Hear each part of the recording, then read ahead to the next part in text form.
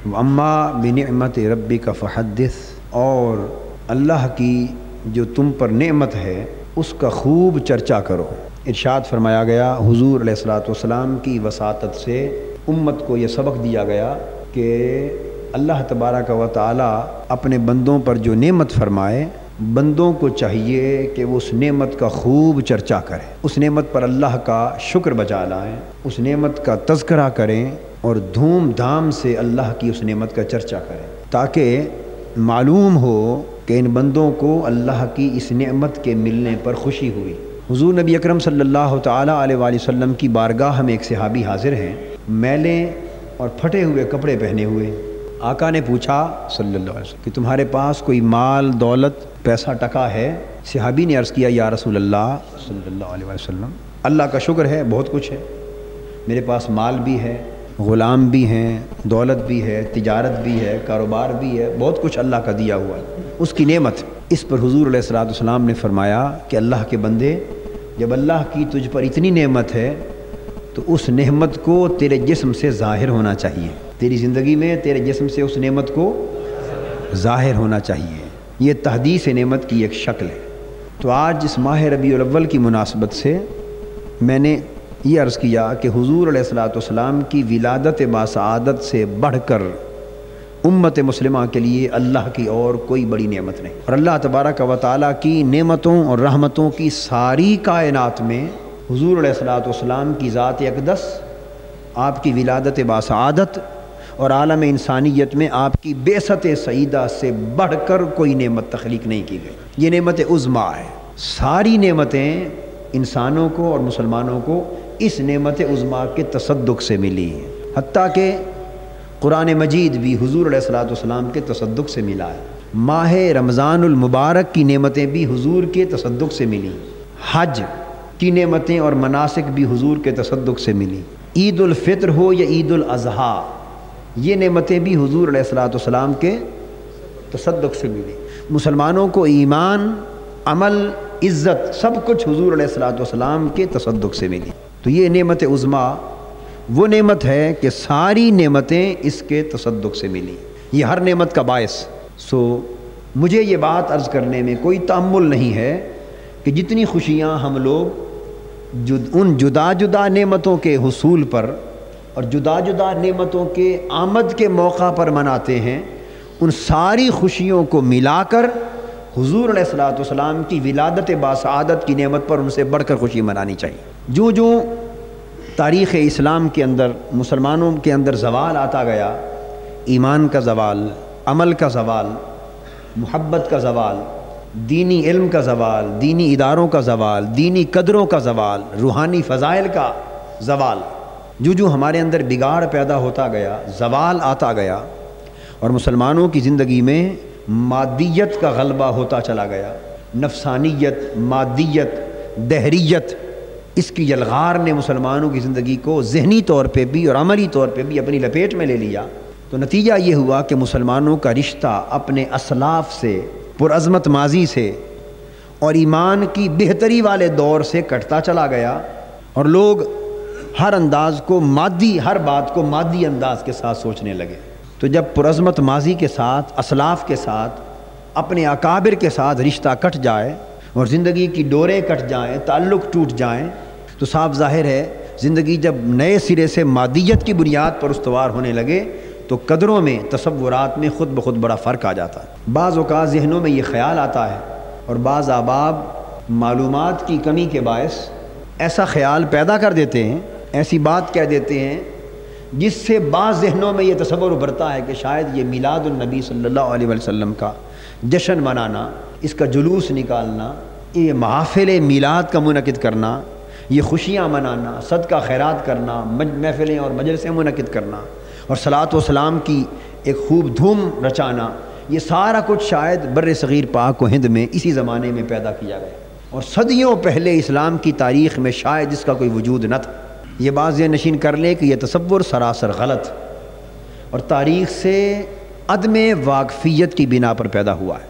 تو ہمارے پاس سند، پہلی سند تو قرآن اور حدیث ہے، اس کے بعد ہمارے پاس سند ائمہ دین کی، اعلام امت کی، اکابر امت کی، فقہا ائمہ محدثین ان کی آ جاتی کہ تاریخ اسلام کے مختلف ادوار میں امت مسلمہ کے اکابر ائمہ اور محدثین کے ہاں یہ معمول کیسا رہا ہے، تاکہ پتہ یہ چل سکے کہ اس کا تسلسل اسلام کی تاریخ کے ہر دور میں ہے یا بالکل آج کے دور کی نئی پیداوار۔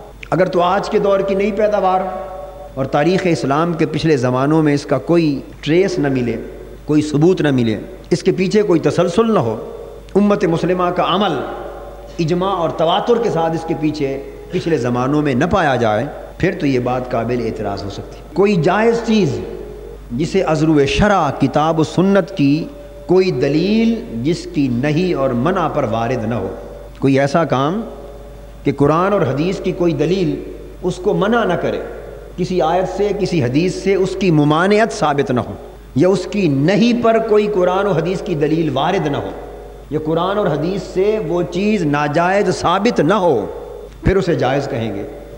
محض اس بنا پر کہ صحابہ نے ایسا کیا یا نہیں، تابعین تبع تابعین یہ پہلے دور کے مسلمانوں نے ایسا کیا یا نہیں، تو پہلے دور کے مسلمانوں کا ایسا نہ کرنا محض اس بنا پر وہ شے ناجائز قرار نہیں پا سکتی۔ یہ دلیل ہی سرے سے غلط، یہ دلیل ہی سرے سے غلط کہ پہلے زمانے کے لوگوں نے اور بزرگان دین یا صحابہ تابعین نے اسے کیوں نہ کیا۔ بھئی ہزارہا چیزیں شرعی امور میں سے، دینی تعلیمات میں سے اور دینی معمولات میں سے ایسی ہیں جو نہ صحابہ نے کی، نہ تابعین، نہ تبع تابعین، نہ بعد کے بزرگوں نے کی، مگر آج امت کرتی ہے اور اسے جائز سمجھتی ہے۔ بہت سی چیزیں ایسی ہوتی ہیں جو وقت اور زمانوں کے تقاضے ان کو پیدا کرتے ہیں، حالات بدلتے رہتے ہیں، تغیر آتا رہتا ہے۔ ایک دور میں ایک شے کی ضرورت نہیں ہوتی، بعد کے دور میں باوجود ایسے حالات پیدا ہوتے ہیں کہ ضرورت جنم لیتی ہے، سو اس شے کا کرنا پہلے اتنا ضروری نہیں ہوتا، بعد میں کسی وقت میں ضروری ہو جاتا ہے، بشرطے کہ وہ شے فی نفس ہی ناجائز نہ ہو۔ ناجائز کیسے؟ مثلا قرآن کی کوئی آیت اسے منع قرار نہ دے، اور حضور علیہ السلام کی کوئی حدیث یا صحابہ کرام کا اجماع یا فتویٰ اس شے کو ناجائز نہ کہے، یا علت حرمت کی اس کے اندر نہ پائی جائے، یا کتاب و سنت کی نصوص اس کی حرمت یا منع پر دلالت نہ کریں، تو پھر محض اس بنا پر کہ پہلے یہ کام نہیں کیا گیا اب کیوں کیا جا رہا ہے، اس بنا پر وہ ناجائز قرار نہیں پا سکتے۔ اب ہم بڑے بڑے تبلیغ کے لیے اجتماع کرتے ہیں، سیرت النبی کے اجتماع کرتے ہیں، مختلف مواقع پر جلسے کرتے ہیں، کانفرنسز کرتے ہیں، اور کون سا مسلک مسلمانوں میں ہے جو یہ نہیں کرتا؟ کیا ان میں سے کوئی اجتماع اس طرح کے کانفرنسز صحابہ کرام نے کبھی کیے سوائے حج کے؟ کبھی اور اتنے بڑے ہزاروں لاکھوں کی تعداد میں اجتماع کبھی کیے؟ تابعین نے تبع تابعین نے کبھی کیے؟ بولیے، نہیں کیے۔ اگر انہوں نے نہیں کیے اجتماع سوائے حج کے اجتماع کے، تو ہم کیوں کرتے ہیں؟ تو کیا ان کو ناجائز کہہ دیا جائے گا؟ نہیں۔ اب جماعتیں بنتی ہیں، یہ جمعیت علماء پاکستان ہے، یہ جمعیت علماء اسلام ہے، میں دینی جماعتوں کی بات کر رہا ہوں، یہ جمعیت اہل حدیث ہے، یہ جمعیت یا تحریک نفاذ فقہ جعفریہ ہے، یہ جماعت اہل سنت ہے، مختلف دینی مذہبی جماعتیں ہیں کہ نہیں ہمارے ملک میں؟ میں نے ہر مسلک کی ایک ایک جماعت کا نام گن دیا۔ کیا اس دور سے اوپر چلے جائیے، 1300 سال کی تاریخ میں صحابہ کرام سمیت، صحابہ سے لے کے آج تک کبھی ہمارے اکابر نے کوئی جماعتیں بنائیں، کوئی جمعیتیں بنائیں؟ صحابہ کرام نے کوئی جمعیت بنائی ہو؟ کوئی تابعین تبع تابعین ائمہ فقہا محدثین بزرگان دین اولیاء صلحاء انہوں نے کوئی جماعتیں بنائی ہوں اجتماعی؟ پوری تاریخ اس چیز سے خالی ہے، مگر آج بنائی جاتی۔ تو کیا اس دلیل پر یہ کہہ دیا جائے کہ یہ سب ناجائز ہے؟ اگر اس دلیل پر میلاد النبی صلی اللہ علیہ وسلم کا جشن منانا یہ ناجائز ہے، تو اس دلیل پر باقی بھی سب کام ناجائز ہونے چاہیے۔ آپ کو میری بات سمجھ آ رہی ہے نا؟ اگر یہ اس دلیل پر یہ ناجائز ہے تو باقی بھی اسی دلیل پر ہر شے ناجائز کر لو، جو صحابہ نے نہیں کیا ناجائز کر لو، پھر میں دیکھتا ہوں دین کے اندر بچ کے آ جاتا ہے۔ بہت سے کام ایسے ہیں جو پہلے دور میں متداول نہ تھے، اس دور میں کسی اور طریقے سے اسی عزت اور وقار کا معاملہ ہوتا تھا، آج کے دور میں کچھ اور چیزیں ہیں۔ اب یہ پکی مسجدیں بنائی جاتی ہیں، ہم پکی مسجد میں بیٹھے ہیں، کون سا مسلک اور مکتب فکر ہے جو پکی مسجدیں نہیں بناتا؟ جی کیا حضور علیہ السلام نے بنائی پکی مسجد؟ خلفائے راشدین صحابہ نے پکی مسجدیں بنوائیں؟ جب انہوں نے نہیں بنوائی ہم کیوں بناتے ہیں؟ قرآن مجید پہ خلاف چڑھایا جاتا ہے، کبھی حضور علیہ السلام نے، صحابہ نے، تابعین نے، تبع تابعین نے قرآن مجید پہ خلاف چڑھائے؟ معمول نہیں تھا۔ اب ہم چڑھاتے ہیں ادب کے لیے، تو کیا معاذ اللہ وہ ادب نہیں کرتے تھے؟ قرآن مجید کا کرتے تھے۔ ان کے ہاں ادب کا ایک اور طریقہ تھا، ہمارے ہاں ادب کا ایک اور طریقہ امتیاز پیدا کرنے کے لیے رواج پا گیا، وہ بھی جائز تھا، یہ بھی جائز ہے۔ یہ صرف، نحو، منطق، معانی، علم بیان، بدیع، کلام، اصول فقہ، اصول حدیث، اصول تفسیر، یہ دینی مدارس میں جتنے نصابات پڑھائے جاتے ہیں، حساب، فلسفہ، جیومیٹری وغیرہ، کیا یہ صحابہ، تابعین، تبع تابعین یا ائمہ دین نے یہ نصابات پڑھے؟ جب مساجد کو پکا بنایا جانے لگا، بعض علماء نے اختلاف کیا، فتویٰ لگایا کہ جائز نہیں۔ دلیل یہی تھی کہ حضور نے نہیں بنائی، صحابہ نے نہیں بنائی، مگر جو صاحبان بصیرت اور صاحبان حکمت علماء تھے، انہوں نے کہا کہ اگر اس دور میں حضور نے مسجد پکی نہیں بنوائی تو اس دور میں لوگوں کے مکان بھی پکے نہیں ہوتے تھے، ہر کوئی رہائش گاہیں بھی کچی، سو اللہ کا گھر بھی کچا، تو یہ کسی سے کمتر نہیں لگتا تھا۔ اب لوگوں نے مکانات بنوا لیے پکے، محلے میں ہر طرف پکے خوبصورت مکانات ہوں، لوگوں کی رہائش گاہیں اور گھر پکے ہوں اور اللہ کا گھر کچا سا بنا ہوا ہو، تو یہ ظاہری شان و شوکت اللہ کے گھر کی گر جاتی، ظاہری شان و شوکت۔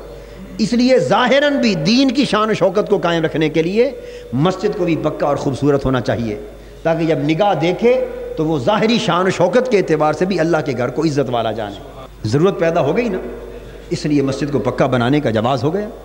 بالکل اسی طرح ریاست مدینہ بنی، حضور علیہ الصلوۃ والسلام نے مدینہ پاک کو اسلامی ریاست بنایا، تاسیس ہوئی اسلامی ریاست کی، اس کی بھی کوئی تاریخ تھی، کوئی دن تھا، اور ہر سال پلٹ کر وہ تاریخ آتی تھی۔ 11 سال مدنی دور میں کبھی حضور علیہ السلام نے اسلامی مدینہ کی اسلامی ریاست کا یوم تاسیس منایا، مدینہ ڈے، یوم مدینہ کبھی منایا حضور نے؟ آپ یوم پاکستان مناتے ہیں نا، کبھی خلفائے راشدین نے یوم مدینہ منایا؟ اسلامی ریاست کا یہ یوم تاسیس ہے، منایا کسی نے؟ تو جب حضور نے نہ منایا، صحابہ، تابعین، ائمہ دین، علماء، کسی نے نہ منایا، آپ کیوں مناتے ہیں یوم پاکستان؟